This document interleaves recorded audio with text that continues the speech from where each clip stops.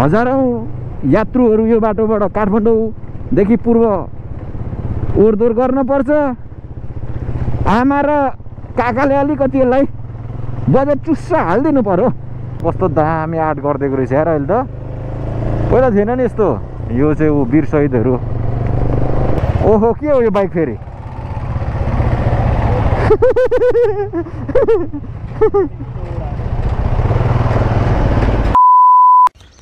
Hello साथीहरू, good morning. के छ खबर? सन्चै हुनुहुन्छ? म त सन्चै छु। अनि चारवटा ब्याग स्याग प्याक गरेर यहाँ हेर्नु नै, हेलमेट ब्याग बाइक रेडी गरेर चाहिँ म चाहिँ अहिले चाहिँ काठमाडौँ जाँदैछु। काठमाडौँबाट हामी मनाङ जाने हो। खास चाहिँ जाने चाहिँ हाम्रो टार्गेट मनाङ हो।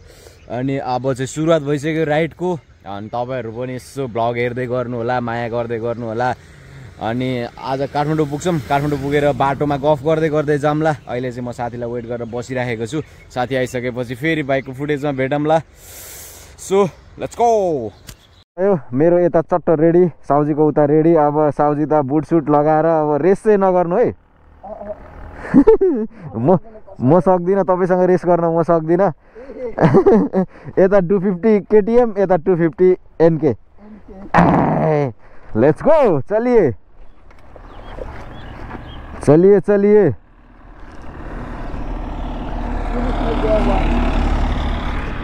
वो आपके गोप्रो के पास 2 बैटरी है ना? 2 बैटरी है ना इसका? हाँ, एक वो तो मेरे में नहीं लगेगा।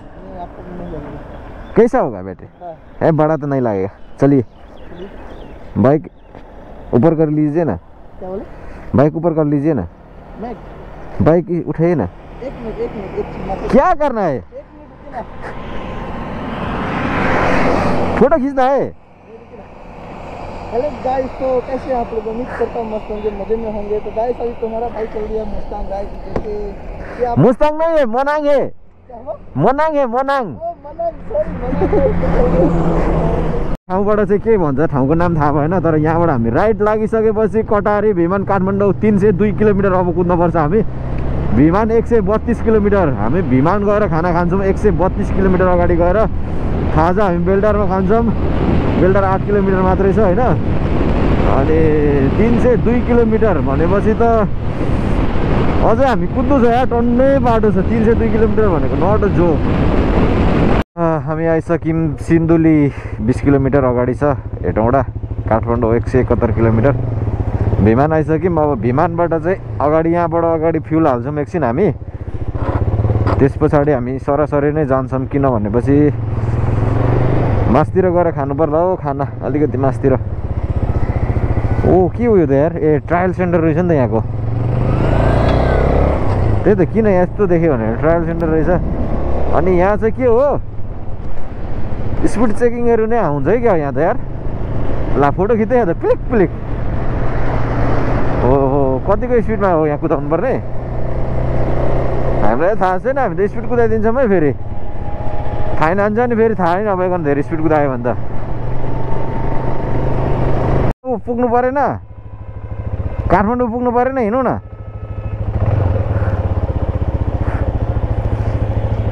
थापा होटल थकाली भान्साघरमा चाहिँ दामी खाना पाइँदो रहेछ है यहाँ चाहिँ। किनभने गाडीहरूलाई रोकेर खाना खुवाउँदैन रहेछ क्या, जस्तो बाइकहरू अनि कारहरूलाई मात्रै रहेछ। त्यही भएर दामी खाना खाइयो। अब चाहिँ हामीहरू चिया बगानबाट निस्किनु पर्ने हुन्छ उकालो। अब यहाँबाट त लगभग दाइहरूले त 4-5 घन्टा भन्नुभयो होइन। अब बाटो कस्तो छ थाहा छैन है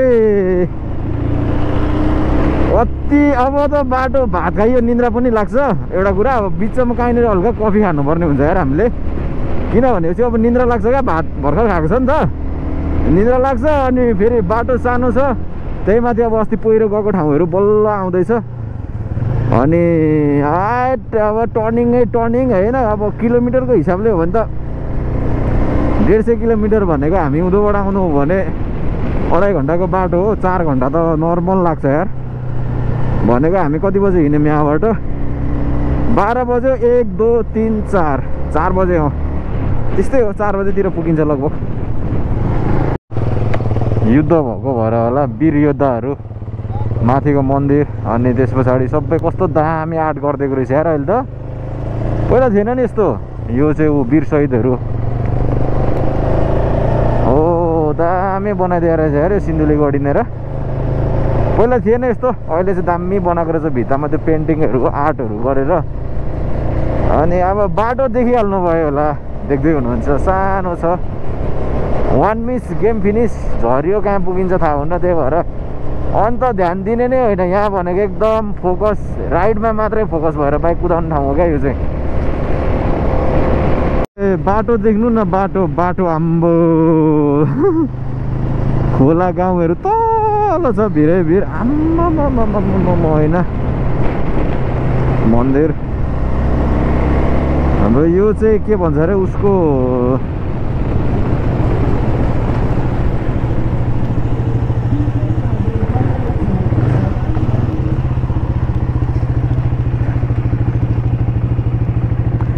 मन्दिरमा दर्शन गरेर जानु पर्यो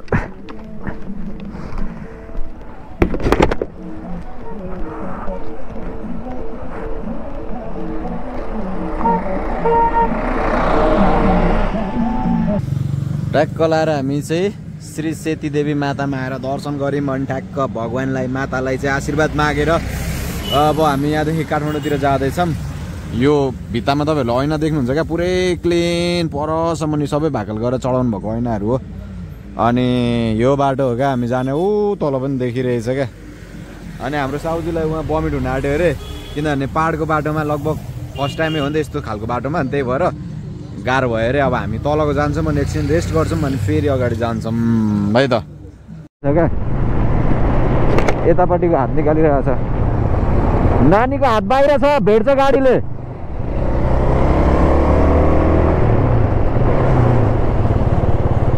अब हाम्रो अफ रोड स्टार्ट भयो बिजो खुवा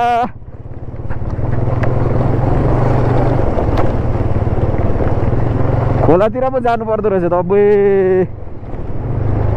हाय हाय हाय हाय ए यतिको अफ रोड त हामी हानिरहेको मान्छे हो बाल्दै छैन कुदाइदिने हो यत्रै सिटी होइन ओइ ओइ ओइ अब धुलो फेरि अब अगाडि अर्को गाडी लाग्यो भने चाहिँ मार्ने रहेछ नि त धुलोले त्यही भएर जति सक्दो आफू अगाडि जाने हो क्या अरूलाई धुलो खुवाउने हो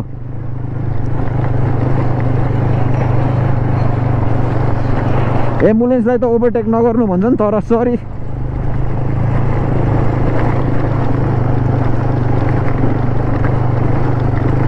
के को जाम हो यो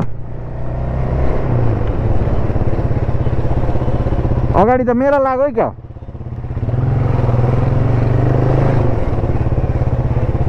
के जान नमिल्ने भएको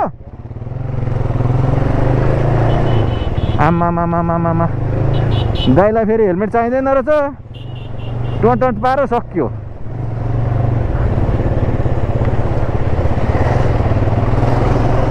सरी है लाम्किलामा आए माफ गर्नु होला गल्ती भएमा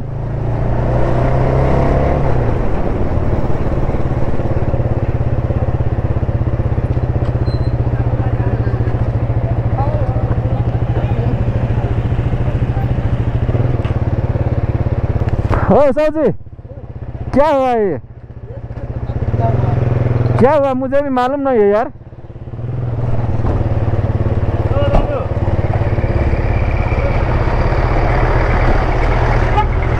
जाऊँ जाऊँ जाऊँ टेन्सन नलिउँ न हरन नबजाउँ छिर्छ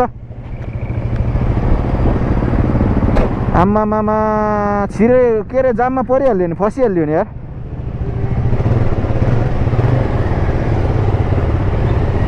त्यति आइसकेपछि हामी जानु मिल्छ कि बाटो त ओहो के हो यो बाइक फेरि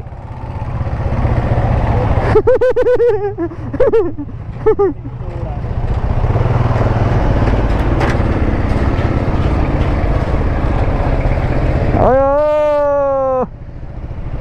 बर्बाद छ बर्बाद जाममा फस्यो त्यो दुईटा गाडी कट्ने बित्तिकै जाँदाखेरि ठ्याक्क हुन्छ है हामी गइहाल्नुपर्छ है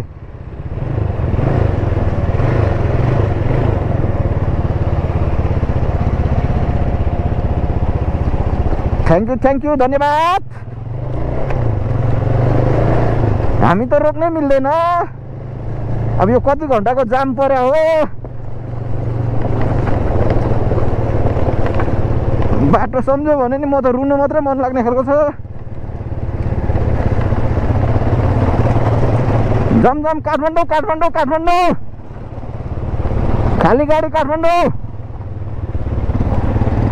भित्र छिराउनु पर्ने भयो गलत ठाउँमा गयो यार त्यो बाइक अहिले देशमा आमा प्रधानमन्त्री काका भौतिक तथा पूर्वाधार मन्त्री हुनुहुन्छ होला लौ न आमा र काका मिलेर यो बाटोलाई अलिकति बजेट हालेर रातारात बनाइदिन पर्यो हामीलाई त गाह्रो पर्छ त्यसरी दिनकै हिँड्नुपर्छ हजारौँ गाडी हिँड्नुपर्छ दिनकै यो बाटोमा हजारौँ यात्रुहरू यो बाटोबाट काठमाडौँदेखि पूर्व ओहोरदोहोर गर्नुपर्छ आमा र काकाले अलिकति यसलाई बजेट चुस्सा हालिदिनु पर्यो गाह्रो पर्ने भन्नुभयो त लु त आमा यसो मिलाएर अलिअलि कता कताको त्यो कट्टा गरेर के गरेर मिल्छ नि सेटिङ गरेर हालिदिनु त आमा साह्रै गाह्रो नपार्नु त हामीलाई यसरी छोराछोरीलाई राम्रो बाटो हिँडाउनको लागि भए पनि त्यति गर्नु पर्यो आमाले ल है यो भिडियो चाहिँ आमासँग पुर्याइदिउँ सबैजनाले बुलेटको हेरौँ त हालत मेरो पनि त्यस्तै भइरहेको छ पछाडि त अगाडि पो कसैले देख्दैन त होइन धुलीखेल तपाईँहरूलाई धुलीखेलमा स्वागत छ अनि मलाई पनि धुलीखेलमा स्वागत छ अब आज धुलीखेल चाहिँ बल्ल बल्ल आइपुग्यो होइन अब यहाँबाट फेरि बाटोको काम हुँदैछ अरे भनेको सुनेको छु यता पनि बाटो बिजोग छ भन्ने कुरा छ अब हेरौँ अब स्पिड कुदाउन पनि मिल्दैन क्या यहाँले अगाडिबाट त फेरि टाइम होला किचिक किचिक हान्दिरहेको हुन्छ क्या गनले फेरि अनि फाइन परिन्छ ओ वाउ कहाँ दामी बन्दै रहेछ यार बाटो आम्मामा सबैतिर नेपालभरि यस्तै बाटो बन्यो भने त कहाँ मजा आउँछ होला क्या बाइक कुदाउन पनि दामी बन्दै रहेछ यार मजा आयो ल मजा आयो मजा आयो अब स्पिड लिमिट कति हो थाहा छैन है यहाँ फेरि किनभने अब पूर्वबाट आएको मान्छे उता 100 हान्दै आएको यहाँ स्पिड लिमिट थाहा छैन फाइन पर्न पनि सकिन्छ अब कहाँबाट स्पिड लिमिटको फाइनहरू छ केही पनि थाहा छैन बोर्डहरू पनि छैन तर बोर्डहरू भएको भए चाहिँ अलिकति हामीलाई पनि थाहा हुन्थ्यो बाटो बन्दै गरेकोले गर्दा छैन होला क्या बोर्डहरू स्पिड लिमिट छैन होला क्या यता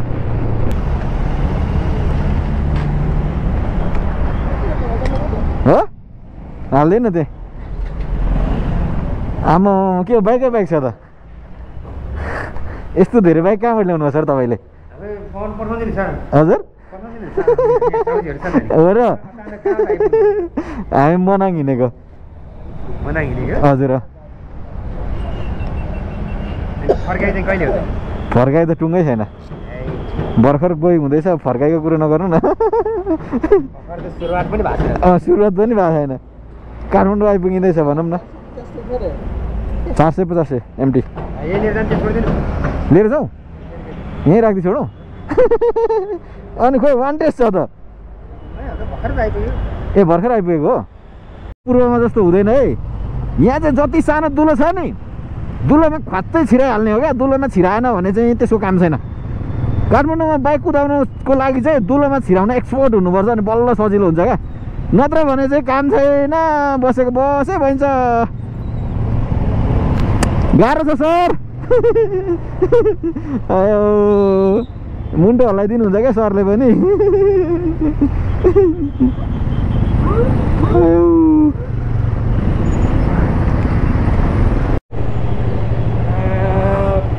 के हो रातभरि के 450 लाई इज्जत गरौँ कि भनेको फेरि बेइज्जतै गरेर आइदिएको दुईटा अगाडि आउँदै थियो ओभरटेक गरेर आयो क्या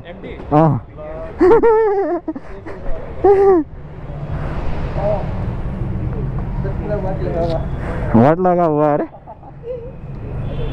सिंगल हो